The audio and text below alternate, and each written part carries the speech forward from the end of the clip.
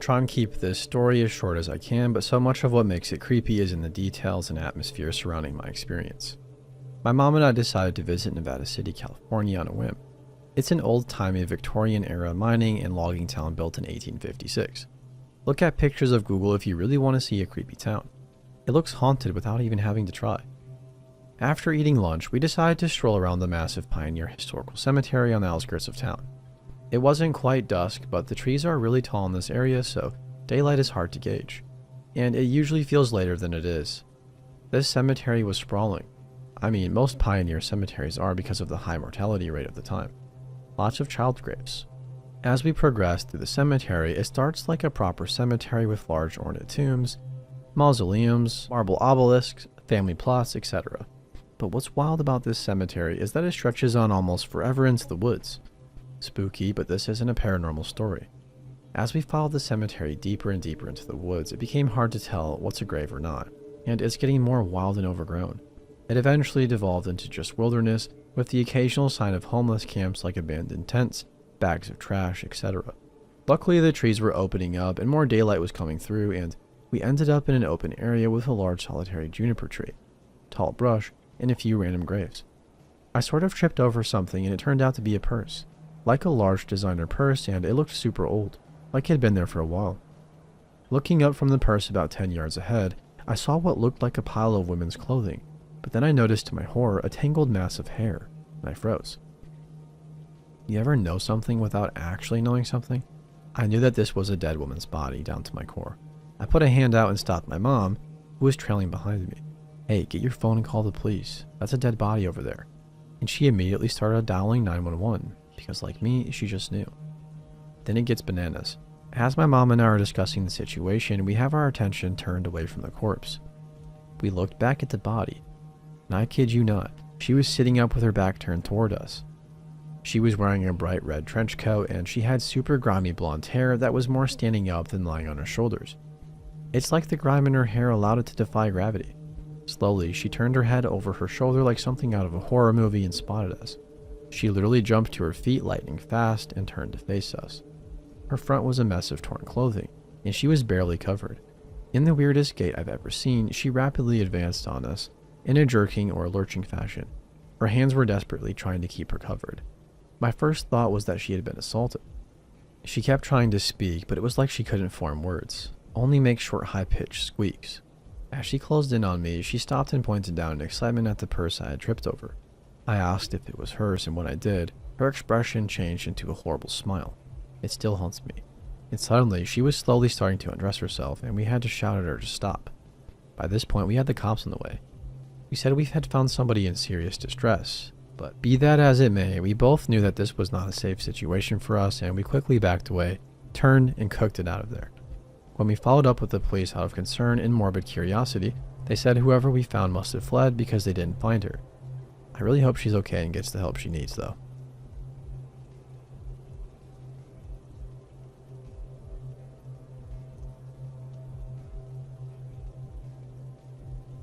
This encounter happened decades ago, before the time of cell phones and internet. It's a cautionary tale, and I'm glad I now have the opportunity to share with total strangers. Years ago, on a beautiful early September afternoon, my brother and a couple of his friends and me, and a couple of mine went to a local county fair. While there, we met a group of 4 guys in merged groups. We were having so much fun, popping back to the cars occasionally to drink a beer and smoke, that we decided to keep the party going after we left the fair. Everybody followed me to my apartment, where we called another friend whose family owned a local single-story motel. She hooked us up with a room at the end, far away from other guests, and we were off to the races. It was a fun night. Lots of laughing, conversation, and drinking. I really enjoyed chatting with one of the new guys. Nothing flirty or romantic, just similar interests, but there was another one who I didn't like. He was very competitive with the other guys, bragging himself up and consistently making fun of them. He didn't add anything interesting to conversations, wasn't very bright, and had a locker room style humor that I've never enjoyed. No big deal, not everybody clicks. I probably didn't say more than a couple of words to him that night. The party eventually ended and everybody went their separate ways. A couple of weeks later, I'm home alone on a Saturday night when I hear the doorbell ring. I open up and it was the annoying guy. He told me that he's cruising town with a friend and asked if I'd like to join them. I was honestly pretty bored, so I agreed to go and we headed downstairs. The car was the type with 2 bucket seats in the front, a dip between them with an emergency brake in it, and a bench seat in the back. When the annoying guy told me to slide over in the front to sit between him and the driver, I laughed and said, "That wouldn't be comfortable at all," and climbed into the back. We start rolling, and I noticed that the driver wasn't one of the other 3 guys we met at the fair. I felt a bit disappointed but sucked it up. After all, the annoying guy's other friends were amazing and this guy might be too. I threw out a conversation starter. Crickets from the driver and more urging from AG to crawl into the front seat. I tried another topic. Same response, and now I'm picking up tense vibes from the driver. I don't know what AG had intended, but all my alarm bells were going off and I wanted out. I coolly tapped the driver on the shoulder, said I decided to go home and turn in early, and he promptly turned around and headed back to my place. In the 5 minutes I was in his car, he hadn't said one word to me, but I swear I felt him relax immediately when I ended the evening. At home, I got out of that car as fast as I could, said bye and headed up the walk. I heard the car back up and drive away with relief, but when I got to the door of my building, something made me turn around. AG was right behind me. I was pissed. "Better run if you want to catch a ride," I said. "It's too late. I'll never catch him," he said. "Well, guess you're walking home in the dark then." "Okay, but I need to use your bathroom first." Folks, I ended up saying okay for a lot of predictable reasons. I was young, didn't have much of a backbone, and had been raised like most girls to be polite. It was obvious he was creeping on me and might actually have dark intentions. I was furious with him and I still said okay. Everything turned all right, but I still hate that's what happened. Please learn from my mistakes. Screw politeness. I led us into the apartment and stayed by the door while he used the bathroom. He comes out and I'm holding the door open for him, and he plops onto the far right end of the couch. He kind of slides back, cups his hand behind his neck, puts his feet on my coffee table. Then, wearing an I win grin, he tells me he's not going anywhere. I stand there numbly for a bit, mentally flipping through my options. It's important to note here that I was never physically intimidated by AG. I'm 5'11" in my stocking feet, and was 125 pounds at the time. So slim, but definitely not petite. I'd also been holding my own in roughhousing sessions with my brothers for years. AG was maybe 5'4" and kind of small. Obviously not to be trusted, but not capable of overpowering me by brute force alone. At this point, I'm standing in front of a narrow piece of wall between the door on my right and the end of the sofa on my left, both within the touching distance. The outrage and fury overtake me, and I know what I'm going to do. I surprise him by grabbing his shirt front with both hands, pulling him up and to the right, then shoving him against the narrow wall space. I place my left forearm across his chest, pin him with all my weight, while opening the door with my right hand. I hold the door with my right foot, grab his shirt front again, and push him into the hall. All this happening lightning quick. As the door was closing in his face, he said, "But I'll have to walk all the way across town," and I yelled through the door, "You should have thought of that before you got out of the damn car." Never saw him again, but a few weeks later, there was a knock at my door. I answered. It was a local man with cerebral palsy, flanked by 2 of his buddies. He told me he wanted to take me for a really nice dinner and to buy me a bottle of champagne. The champagne comment was so random and specific that it kept spinning in the back of my head. I told him no, that I don't date strangers, and I thought it was bizarre that he was doing this. As they turned to go, the pieces fell into place, and I said, "Wait a minute. Were you told to come here by a short red-headed guy named AG?" He confirmed that was indeed the case. And all of these years later, I still believe AG told the guy with cerebral palsy that I was a prostitute, and a bottle of champagne was my code phrase for customers. Such a nasty little creep.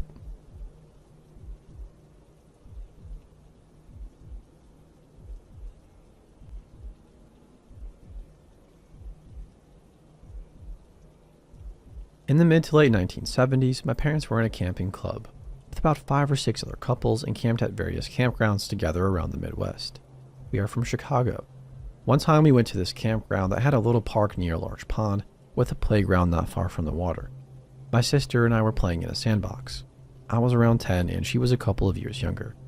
After having already gone on the swings and seesaw earlier, suddenly out of nowhere, this boy, who was probably about 12 or 13, wearing a black t-shirt and bell-bottom jeans with patches on the knees, was standing in the sandbox a few feet from us.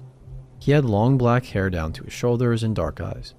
He didn't say anything for a couple of seconds, and my sister and I looked at him nervously as he wasn't smiling and staring down at us. "Are you brother and sister?" he finally asked. I told him yes, we were. "Are you camping here?" "Yes," I said. "Where's your camper?" I stupidly, without thinking, told him the section of the campground my parents' club was camping at, which was about 2 blocks away. "Do you guys know who the Johnsons are?" he asked. referring to the name of one of the couples camping in our parents' club. I don't remember their real name. I told him yes. Well, they're my aunt and uncle. I'm going to surprise them later that I'm here, he said. He went on to say he was camping with his dad, and he gestured vaguely in a direction on the other side of the pond. The kid squatted down close to my sister. She backed up in the sand closer to me. You guys look so alike. You can definitely tell you're related, he said, which was kind of ironic since I'm adopted and my sister is my parents' natural child. We did both have brown hair and eyes in common, though. Did you guys want to come to my camp? My dad brought tons of snacks with. I can give you marshmallows to roast if you want. I told them my parents already have marshmallows. Well, we have graham crackers and Hershey bars too, so you can make s'mores. I'll give you some of them to take back to your camp. I lied and said that we have them too, as tempting as s'mores sounded. My younger sister finally said she needed to go to the bathroom, which I took as my cue to get away from this weird kid who was really starting to make me feel uncomfortable even at that young age. We're going to go now. We'll see you later when you come to your aunt and uncle's, I told him. He didn't get up when we got up, but instead leaned closer to us. There are bathrooms right down that road, pointing again past the pond, by where your camper is. You can take her there and then stop by and get some candy for my dad. I told him there was a bathroom right over by the main office, which was just across the street from the playground. We'll just use that one. Suddenly the boy jumped up, kicked whatever my sister and I had been building in the sand, and jumped out of the sandbox. You are so dumb. Who turns down free candy? That's okay, more for me then. My sister and I rushed over to the office building, and I was fearful that he would follow us there, but after a few seconds of staring at us, he turned around and began to run down the path towards the other side of the pond. I took my sister into the men's room. She did her thing, and we cautiously looked around for the boy, who was nowhere to be seen, before we hurried back to our campsite. Once there, I told my parents about what happened, and the Johnsons happened to be sitting on the picnic table having coffee with them, and we told them it was their nephew who was going to surprise them. Of course, they said they didn't have a nephew, but they were a bit weirded out that somebody knew who they were. My sister and I stayed at the campsite the remainder of our time there, and of course the creepy kid never did come to our campsite.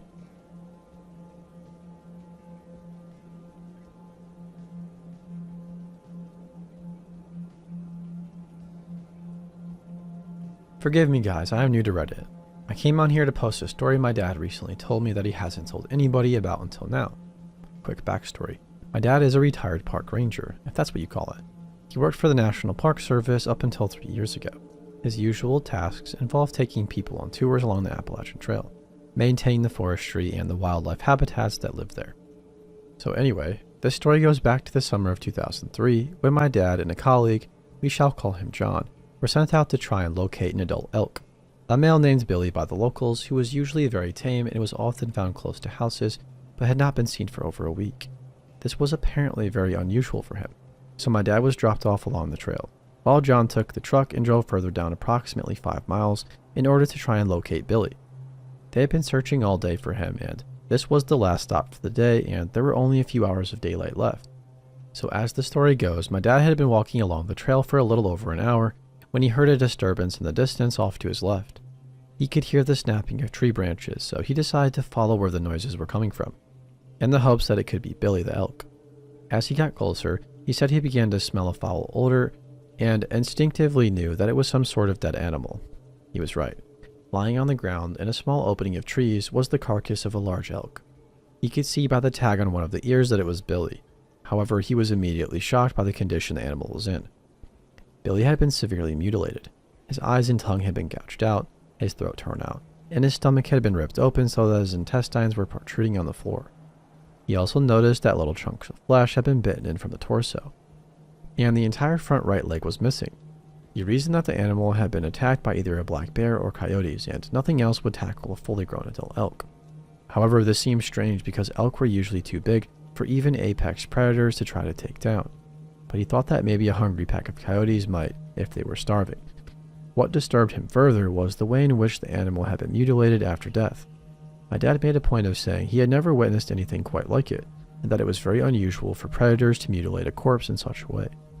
Feeling unnerved by this discovery, my dad radioed John and told him he had located the animal before giving him his approximate location. John had told him that he had wandered off the beaten track, and that it would take him around an hour to get back to where the truck was parked and drive back to his location. So, my dad was told to wait where he was until John got to him. It was almost dark at this point, and my dad remembered beginning to feel very unsettled. He had a flashlight with him and bear spray, but noted that he still felt very vulnerable alone in the forest. After around 15 minutes or so, he heard the same noises as he heard earlier, much closer now that he was off the trail. He would hear footsteps and the occasional growl of something hidden within the thick bushes straight ahead of him. He said that every so often he could hear slow, heavy breathing and the snapping of branches as whatever it was paced the forest floor.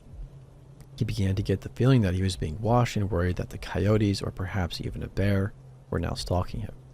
He said that every so often he would wave his flashlight in the direction of the disturbance and yell in order to try and scare off whatever it was that was watching him.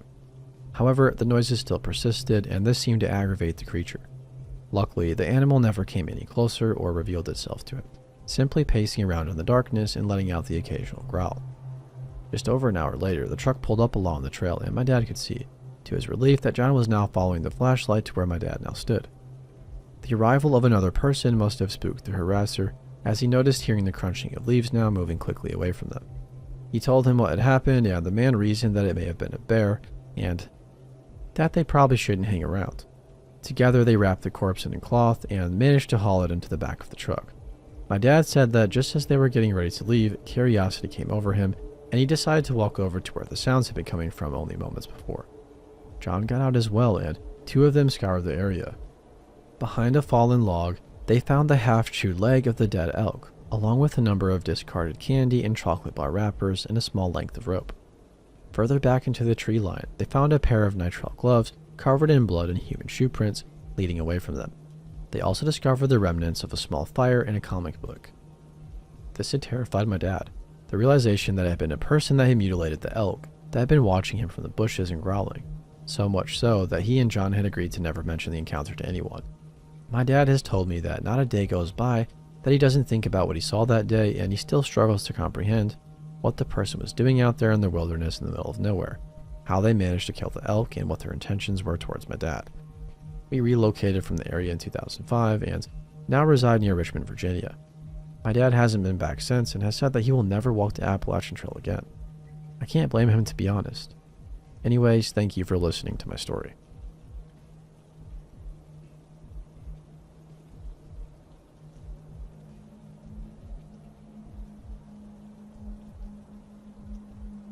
This took place about a year ago at my job. I work as a part-time cashier at a grocery store, in a mostly empty strip mall, where the hours for the self-checkout station run from 3 p.m. to 10 p.m. At the time I was 18 or 19, depending on the month, and I was regularly doing the self-checkout shift. I'm a young woman, average all around, but it's not unusual for strange men to come through the store and make obscene comments. Our self-checkout area backs up to a bank with an ATM, so generally, I would have my back to the bank while I watched the registers. This was about 7 or 8 p.m. at this point. I'm a little bit away from my station, talking with another one of my coworkers, Angela. She no longer works at the store, but she's an older woman, mid-40s, and nice enough. In the middle of our conversation, somebody clears his throat, and I move out of the way so Angela could take his order. His eyes never left me as he said I was a very pretty young girl, to which I thanked him because I just wanted the conversation to end.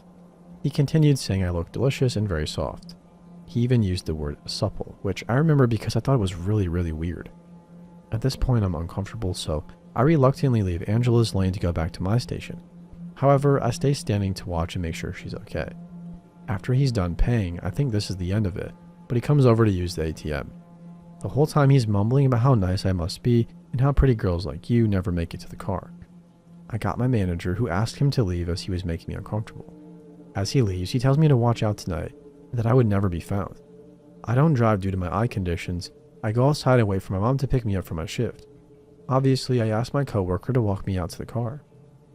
We saw him at the end of the sidewalk. He watched us, and my coworker wouldn't leave my side. He wound up driving me home that night while I called my mom to explain what happened. I don't know why I didn't call the police. Something to do with the wishes of the store, but I wish I did. I hope nobody else encountered him.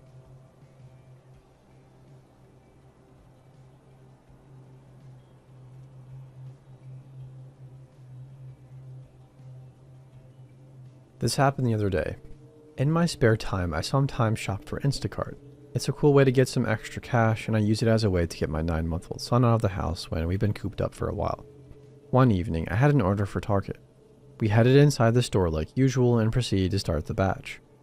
I'm about 4 items in the procedure section, and At this point, 3 people have already made comments to me about how cute my son is. This is a thing anytime we go anywhere. It's all usual and is expected now. Suddenly, this older guy, maybe in his early 60s, walks up to my car while I'm looking at avocados and proceeds to hold his hand out to my son as if to signal for a high five, with a huge smile on his face. Normally, my son is very friendly. He smiles at strangers all the time when they smile at him and tell him how cute he is. But this time he grabbed my jacket and leaned into me, which is what prompted me to notice the man. I immediately asked him to back up and let him know he was closer to me and my child than I was comfortable with. He then apologized and said he didn't mean any harm. I flashed an obviously fake smile and hurried into a nearby grocery aisle. At this point, my mama bear instinct kicks in, and my eyes are constantly peeled at my surroundings with each aisle we go into. I notice this guy kind of lagging behind, but going into every aisle we go into. With only a tub of disinfecting wipes in his hand, he tries to act like he's browsing, but I can clearly tell I'm being followed. As we proceed to check out, I go into a lane that had a cashier instead of a self-checkout lane, like I normally would for such a small order. My plan was to notify the cashier that I was being followed and ask for assistance to the car. However, I no longer saw the man at this point, so against my better judgment, I refrained from saying anything. Side note, I also carry a taser and some police-grade mace on my keychain. As we head into the parking lot, I pull out my taser and I'm holding it in my hand as I push the car to my car. I take my son out and put him in his car seat, then proceed to place the groceries in the front passenger seat. I lock the car doors behind me as I go to push the cart to the designated cart area. When I turn around to head back to my car, the same man is at my son's window tapping the glass.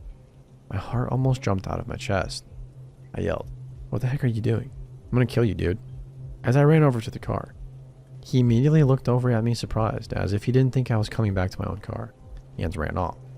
It was at that moment I was so thankful that I locked the car doors, as I always do, to just return the cart. Because just that quick, he may have tried to run off with my child. I was so shaken up I got in the back seat with my son and took him out of his car seat and held him while I called the police. I've never been so scared in my life. I started to cry at the thought of how that could have gone if I didn't lock the doors. I waited for an officer to show up and follow me home to make sure the man didn't try to follow us. That was fun to explain to the customer that watched me pull up with the police to deliver their order. That was one of the scariest moments of my life, and I got choked up just thinking about it. But I know one thing. I would have risked my life in that parking lot to protect my child.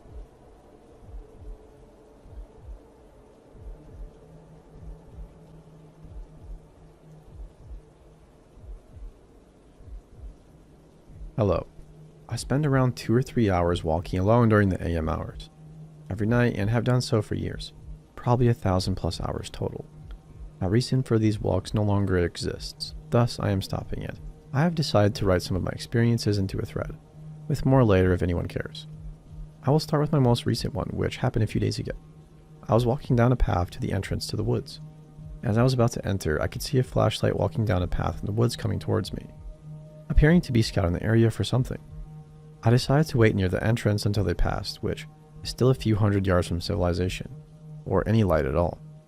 As they got closer, I could make out a male voice talking to someone over my very loud music. I assumed he was on the phone. Nothing too odd. However, as I expected him to walk past me, he did not. He stood around 4 feet to the side of me. It was really dark, so he was just a silhouette. I could see he had a massive German Shepherd on a leash. He was still noticeably talking, but it didn't seem like he was trying to get my attention. At this point, I turn away and start walking towards the woods when I can clearly hear him shouting something. That is when I pull one earphone out of my ear and hear something to the effect of, "It's the police. Take your earphones out and stop walking away." Realizing that he was in fact shouting at me the entire time, I turn around and say I'm sorry, I didn't know, and all that. He asks for my name, what I'm doing there, and how long I had been there. I tell him. Then he says, "Well, I'm looking for someone and clearly you're not them. Have you seen a girl around here?" To which I replied no, that I hadn't, and then he walks off back into the woods. That is the end of that story. I walked away and went home. Not the creepiest, I know, but I am left with questions. Was he looking for a girl in the dark alone at that time? And also, if he were looking for an armed criminal, appearing to ignore him and walking away could have ended very badly for me. I'm thankful he didn't lose his cool. That is, if he even was a cop. He did say he was, but I never saw his uniform as it was so dark. I have not seen anything on the news. I just hope that girl is okay, whatever happened. My other story is a lot scarier, yet less conclusive. This one started in a local park around a year ago. For context, this park, although in a nice suburban area, is supposedly notorious for being rough. However, in my countless hours walking there, this is the only vaguely scary experience I have ever had.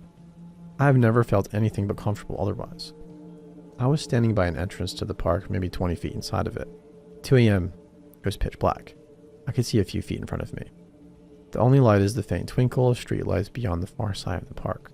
As I am standing there, earphones in with music as always, I could have sworn I seen some movement in the distance. I squint my eyes and focus on a spot on the far side, trying to make out what I noticed, for maybe 10 seconds. At this point, I realize I'm not looking into the distance, I'm looking directly at someone a mere 10 or so feet in front of me. I shit you not, that feeling of realization is the most single powerful thing I have ever felt in my life. Felt like I was in a horror movie. Heart racing, I turn around and book it to the entrance behind me and start walking down the street towards my home. I'm fairly shaken up, but there's nothing to indicate the guy had any sinister intentions or even knew I was there. Could have been doing the same thing as me. I'm now under the streetlights walking past some well-off houses which felt like safety to me. However, I then turned around and saw a hooded man. A stereotypical roadman, as we would call them, emerged from the same entrance as me and turned in my direction. He was around the same distance I would have expected that he started leaving the same time as me, around 10 to 15 feet behind me. Again, nothing sinister, probably I thought. But just to be careful, I picked up the pace a bit. This street is around 200 feet before it merges with the main road. After around halfway, I turned around and saw this guy was directly behind me, 10 feet as he was earlier. I think to myself, wow, that's weird. I'm walking pretty fast and this guy has kept up. So now I start to walk as fast as I possibly can without breaking out into a run. I specifically remember going as fast as a walk would allow me to. I maintain this for another 100 odd feet until I get to the main road. Then I turn around and this guy is literally 5 feet behind me. He is closer than he was before I sped up rapidly. Borderline pants shitting moment. I full on ran all the way home, barefoot, sliders by the way, without looking behind me until I got to my front door. That was that. Never saw him again. Could be a coincidence, sure. Maybe I happened upon a 2 a.m. power walker, but also maybe I almost got robbed. I don't know. If I had, it would have been in a different subreddit, lol. Thanks for reading or listening if you did. I have more stories too, but I've been writing these for an hour or two and my eyes hurt. For the amount of time I have spent out in the dark, most of which is in the woods, I have surprisingly few stories. Got a few potentially paranormal ones too, but they aren't allowed here, I don't think. I consider myself lucky, to be honest. I think I was tempting fate for quite some time.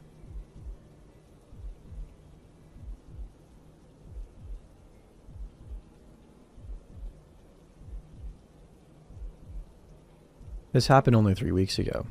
I've thought about it often, and I know without a doubt, me and my patient were almost prey to a predator. I'm a counselor that works for my state. I work with people with substance abuse disorder, the mentally ill, and to a lesser degree, those with slight developmental delays. One aspect of my job with the developmentally delayed is similar to social worker. One thing I have to verify is that the participant is able to achieve their personal goals we set for that year. One of my patients wanted to learn to hike to strengthen herself.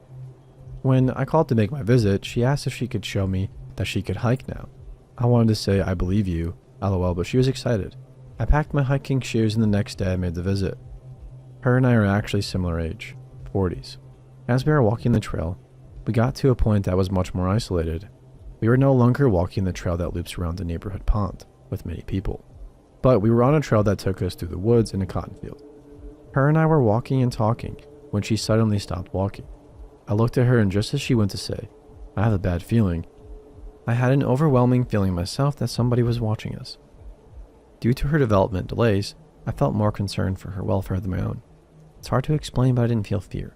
I felt a feeling of protecting her. I looked behind us because I heard the sound of leaves crunching, and sure enough, a guy who looked to be in his 30s is suddenly coming out of the woods, and he's slowly creeping up towards us.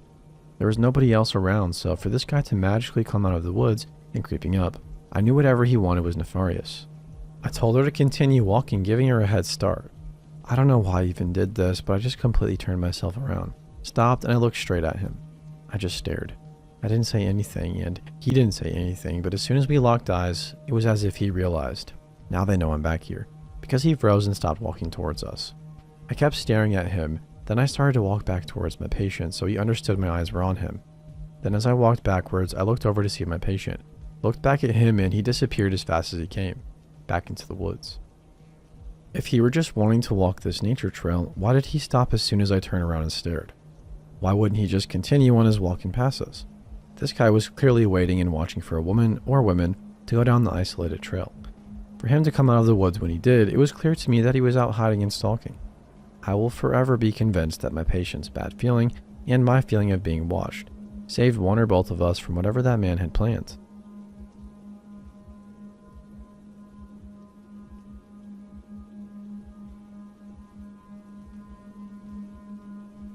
I really loved reading through all of these chilling entries. My prose is certainly duller than most, but I hope you'll read my tale. I realize that these sort of disclaimers are frowned upon, but oh well. For reference, I am a male of 23 years old. So, in the summer of 2009, I was 18, and I went to stay at a hotel on the beach for a few days with my two friends, Brian and Dude. We went to Cocoa Beach in Florida. I'm an American. As somebody who's moved around a great deal and seen most of the country, Florida is a bit of a strange place. Some parts are ridiculously beautiful, and some are horrifically dilapidated. Though, I guess that's true of many places. For my money, Florida has consistently the best looking women I've ever encountered, especially if you like Latina women. But the thing about Florida is crazy stuff happens there. Lots of insanely violent and strange crimes.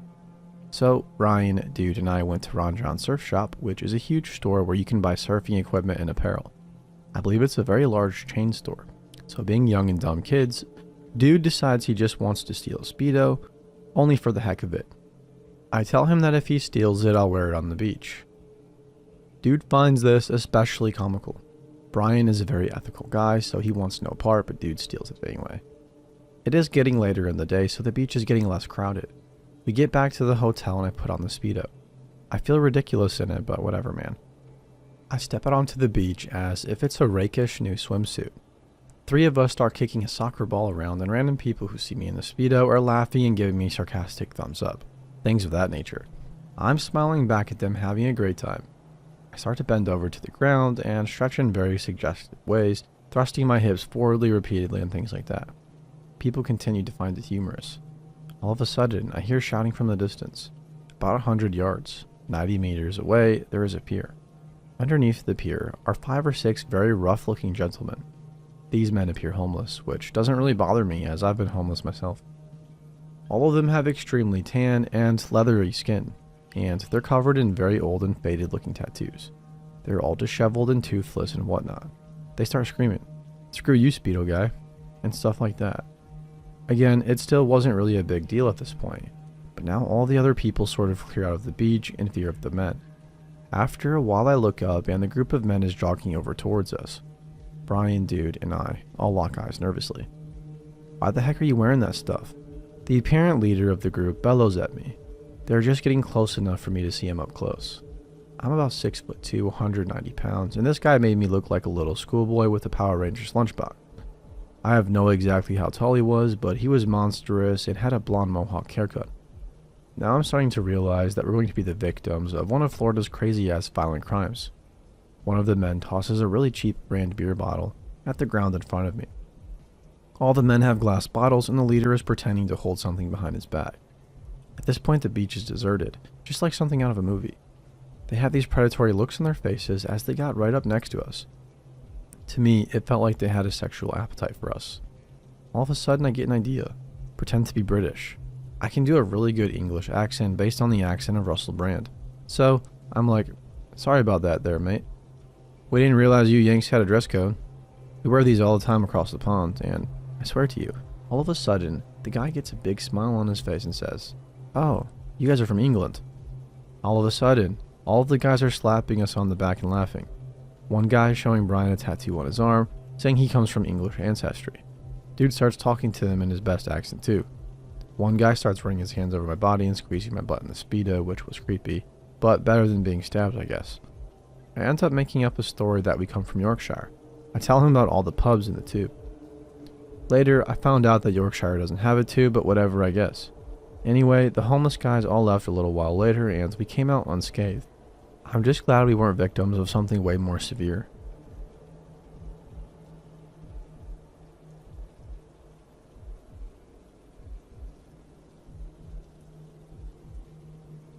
I was involved in two encounters that scared the life out of me. The first one is pretty short. In 2011, I had just graduated from university and fell into a light depression. Naturally, I would wake up later than the rest of the household, and given that my room was the loft conversion, which also was an ensuite, any morning noise did nothing to interfere with my sleep. One such morning around 10 a.m., I lightly awoke to some shuffling. I thought it was probably the birds perched on the roof and went back to sleep. However, 20 minutes or so later, some light noise disrupted my sleep again. When I looked in the direction of the noise, I saw two blurry faces in the distance, holding the bathroom door ajar. I realized they saw me too, and I couldn't do anything but freeze. Before I knew it, I heard shuffling followed by two bangs, which means they jumped on the extension in the garden. I remained frozen in bed like a popsicle until it all died down. 10 minutes later, I checked the ensuite and saw footprints all over the toilet seat, which is just below the windowsill. Bear in mind, the window is tiny and you really need to be a contortionist to fit in there, so how they got in there is a mystery to me. Since then, that window has remained closed. Story 2.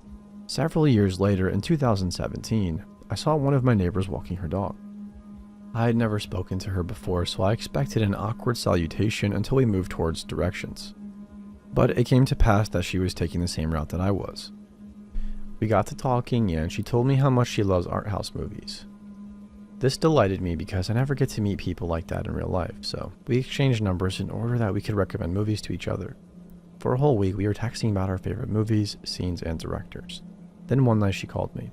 I thought it was unusual since we are not cordial enough for a phone call. I answered, "Hello?" but heard nothing other than static. I repeated it a few times and heard nothing but some static and shuffling. After about 2 minutes, I put the phone down and thought she had pocket dialed me. Then she called me again, but this time she was whispering. I told her I couldn't hear a few times. This happened at least 4 times within 5 minutes. I really didn't think a whole lot of it. On the 5th try, I finally heard her, but it was not something anyone wants to hear. There are people in my house. I am alone underneath the bed. Please call the police for me. I thought she was joking, but quickly realized we aren't that close for her to think that she can play such pranks on me. I told her to remain on the phone with my heart racing. I rushed to the window so I could see her house, diagonal to mine. To my shock, I saw 2 people on the bottom floor. She was breathing heavily over the phone. I asked her where her room was, and she said it was the one facing the street just above the front door. She reached for the tall curtains from underneath the bed and started lightly shaking them. I got her signal. She stayed on the phone. I immediately called the police and explained the situation. They said a few units were on their way post-haste. I knew the cops would take time. For the last few months, I have taken up a casual delivery role of Just Eat, which is a food delivery service like Uber Eats. So, knowing that my knocking on the door to spook the intruders could put me at risk, given they might see my face, I put on my earphones, some stuff in a bag to make it look like a package and a helmet, with the face covering, and hopped on the motorcycle, covered the number plates with black tape, located in the garage behind my house, to make it look like I was delivering something. I went all around the street and accelerated towards her property. In the meantime, I told my neighbor not to speak and that I will walk her through everything I am doing. "I'm going to ring the buzzer," I said to her. My heart was beating so fast, I felt faint when my hand touched the buzzer. I cannot describe how difficult it was for me to press it. It was as if I was lifting double my body weight. Now, I am thinking any real criminal would run away. Not these guys. I didn't hear anything, but I saw the torches being turned off. So I rang again. Nothing. No noise, no shuffling. Nothing that would make one think someone was trying to escape. All I heard was her breathing. I saw a half-broken brick on top of the bin. People placed them to protect the bins from flying open when it's windy, so I pushed the brick next to my feet just in case I'd have to use it. Then suddenly I became brave. I pressed the buzzer again, but this time I yelled, "Delivery!" I heard some footsteps, so I repeated it. A husky voice from the other side of the door said, "Nope, that's the next door." My heart almost stopped. My brain began to scatter and I stammered, Sorry, sir." Then I heard the most beautiful noise in the world. Sirens. You see, I am not the greatest fan of cops, but that sound made me feel safe for the first time ever. It was like hearing Frank Ocean's Nights for the first time.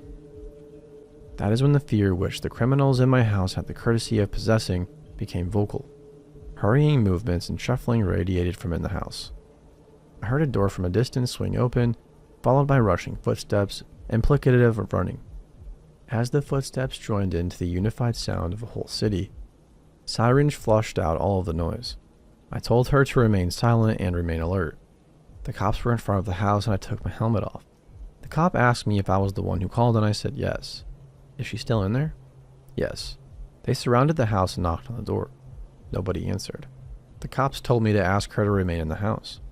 Another cop then radioed in, saying the back door was open and the garden window smashed. They said they were going. After searching the house, they found her underneath the bed safe. A few cops went on to search for the suspects, but because my area is full of lakes, ponds, rivers, thickets, and marshes intertwined with residential properties, it was difficult to find them. I went back to put my bike into the garage. When I came back, she looked visibly shaken but was also happy. She thanked me and I was happy she was fine. They could not take anything as a bag and some valuables were found scattered in the garden. They probably felt the inventory was too heavy for them to make a swift escape. This whole ordeal lasted longer than the time it took me to write this, but I'm happy I finally put it on the proverbial paper. Why now? I was reminded when 2 police officers knocked on my door to inform me that the suspects had finally been caught, and they had used the footprints from my bathroom and DNA from hers to identify them. The robbers were caught in the act and charged with the 2 previous attempts at break-ins, for the one at mine and hers. I guess the thieves were still laymen when they had attempted to break into my room and were easily irked, not so much the second time around. Whatever they may feel now, let's not meet a third time.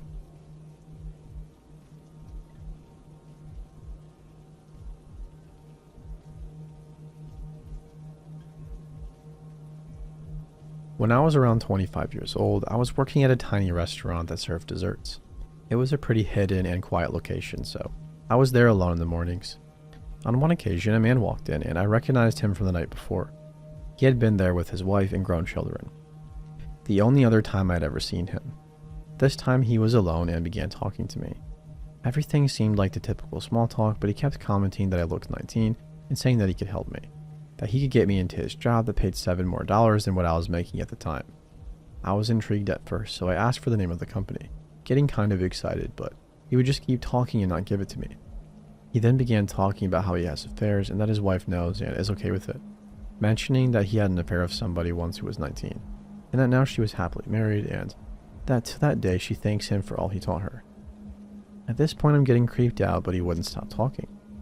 This one car drove by in this solitary area, and they'd wave at him through the glass doors, and he kept telling me how he knew so many people. It all felt very shady.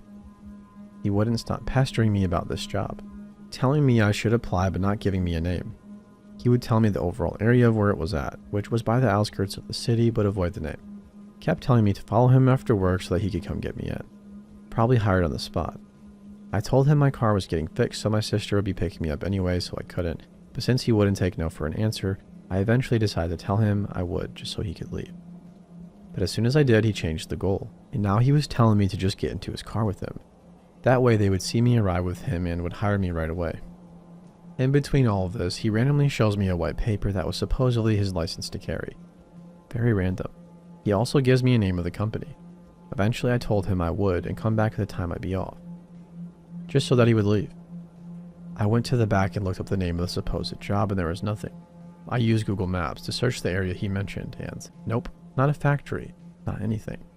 Once my time to leave arrived, my sister picked me up from the side of the building and as we drove away, he had indeed came back and was parked near the location around the corner. Never saw him again. I was recently retelling this story to a friend of mine and deeply regretting not reporting this. I had an issue with dissociation due to past life experiences, and although I was 25, I was much more naive than most 25-year-olds. You never know what people are about, especially with him showing me his license to carry, and I hope that me not reporting it didn't get anyone else hurt.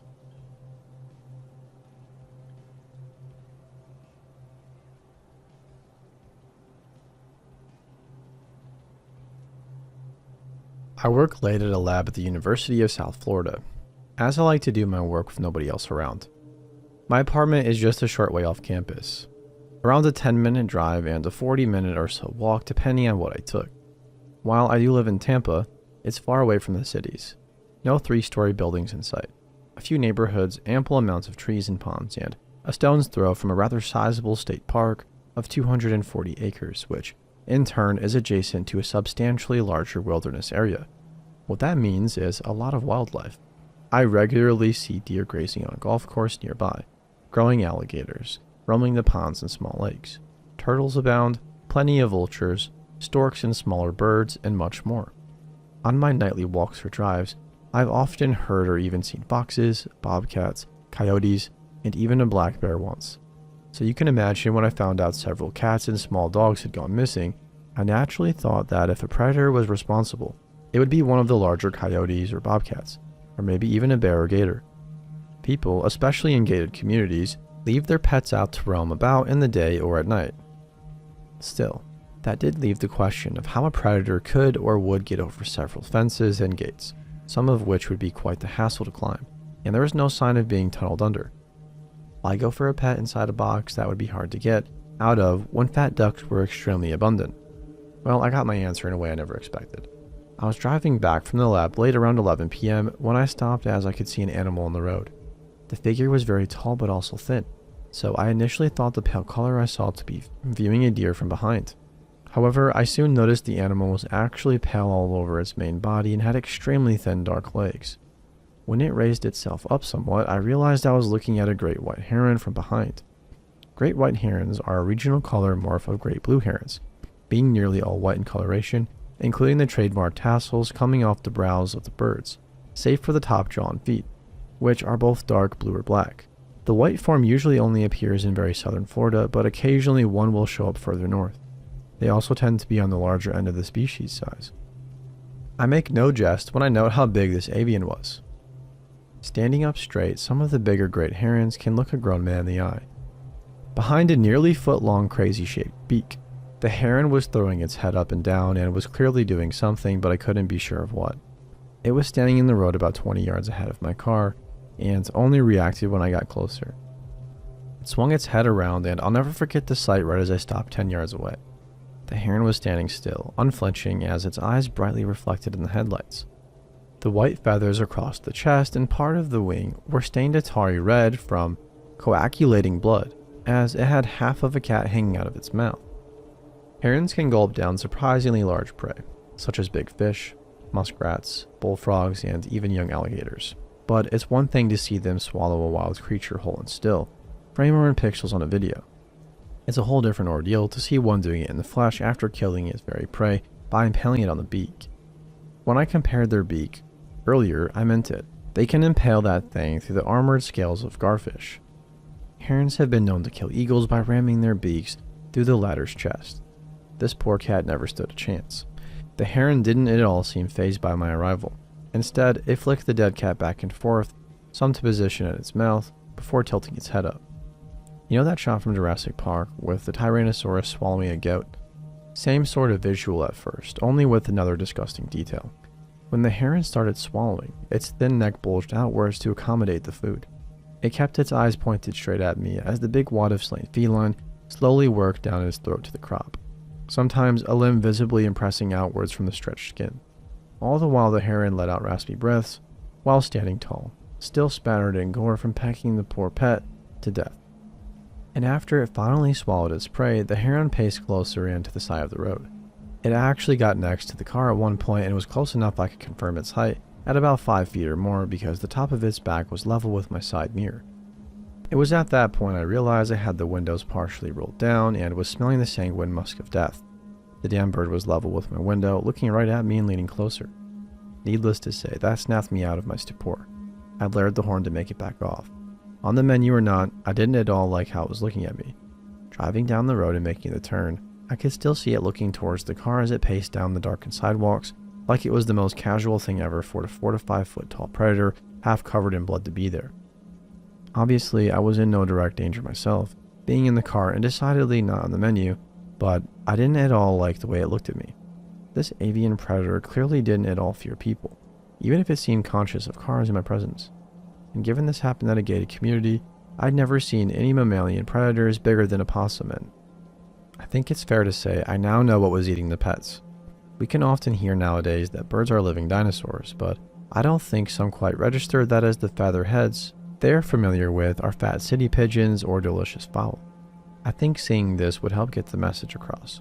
And at night, ever so often, I can hear the deep, throaty shrieks that species give off flying over from the forests and swamps and into the neighborhoods. Don't leave your pets out, people.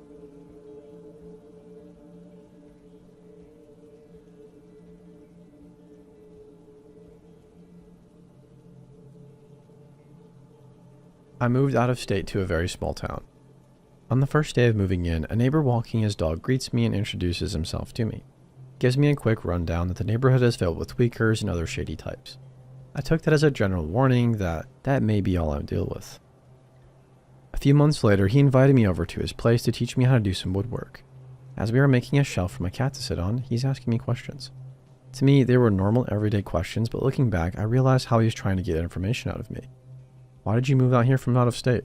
Who lives with you? Or do you have any other family members in the state or area? Once we were done, we went to install the shelf and he met my mom who stays with me.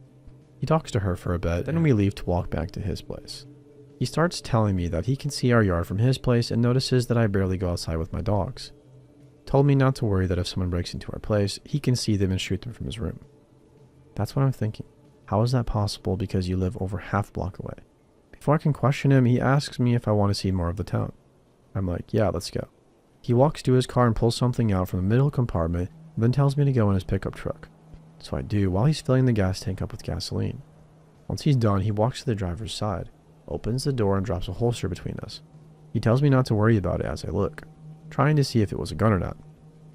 As we're driving, I realize he hasn't said a word for about 5 minutes, and this guy loves to hear his own voice. Another thing I noticed is that we're on a dirt road and haven't seen a single house, trailer, or vehicle for a while. I guess I gave off some nervous vibes because he suddenly goes, so yeah, you know where you're going out here. If you don't, you get lost. And it's best to have a pickup or ATV to drive out here. After about another 10 minutes of silent driving, we get to a little creek. Luckily, there was another truck there. All he says is, oh, look at that, someone else is here with us. And he grabs the holster and gets out. We see a lady with a big dog playing in the water. She turns to us and she sees him walking closer to her. She gestures to his holster and he tells her not to worry, that it's for the snakes. She lifts her shirt above her waist to show her gun and she tells him she's not worried one bit. They talk for a few minutes and she tells him that her husband is home waiting for her to make dinner and she's just out letting the dog have some playtime. The neighbor changes his tone and posture from confident to defensive now. She called her dog and they went back to their truck. He's watching her and she hasn't started her truck yet. A few minutes pass and he tells me, I guess it's time we go too. When we get to his truck, she drives off. On the drive back, I start to get uneasy and creeped out. Why would he drive me all the way out there and just leave? Why tell me not to worry about the holstered gun, but tell the lady what it's for? I finally get out of my head and just break the silence and give him my life story as to why I moved. Finally, he responds that he can relate to my story and gives me the rundown of how the town is and what it's about, and that some people are more racist than others and I should watch my back for that. Once we get back to his place, I tell him I have stuff to take care of at home and get the heck out of there. I said to myself, if I'm ever going to hang out with him again, it won't be alone.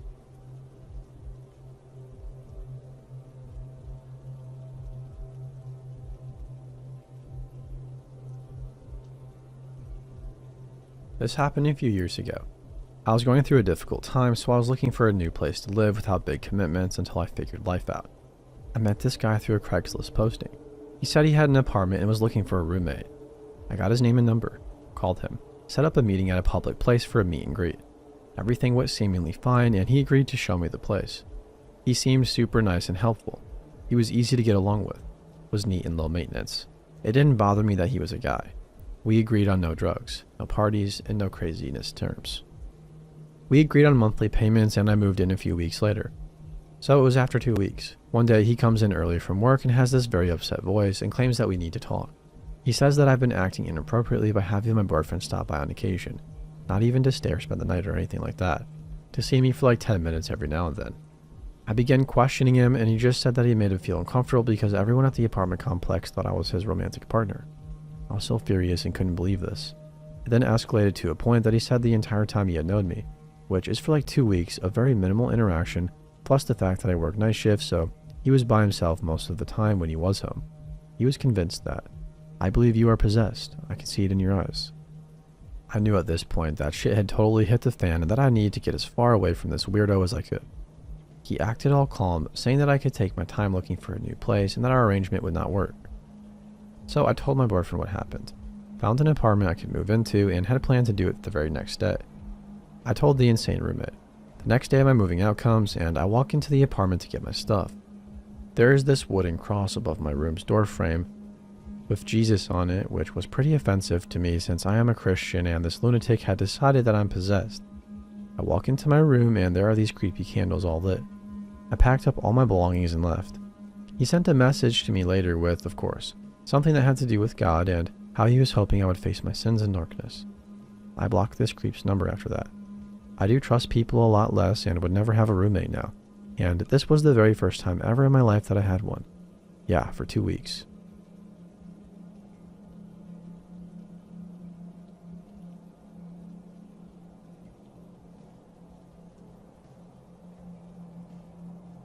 So I live in a compound, and we have a gym in the community. I used to go at 2 a.m. 6 times a week. One day this guy walks in and starts working out, and at the end of my session, he says if I needed any gym advice, I should ask him. What was weird is he's really skinny, while you can tell I've been gymming for a really long time. I didn't really think much of it until a few days later.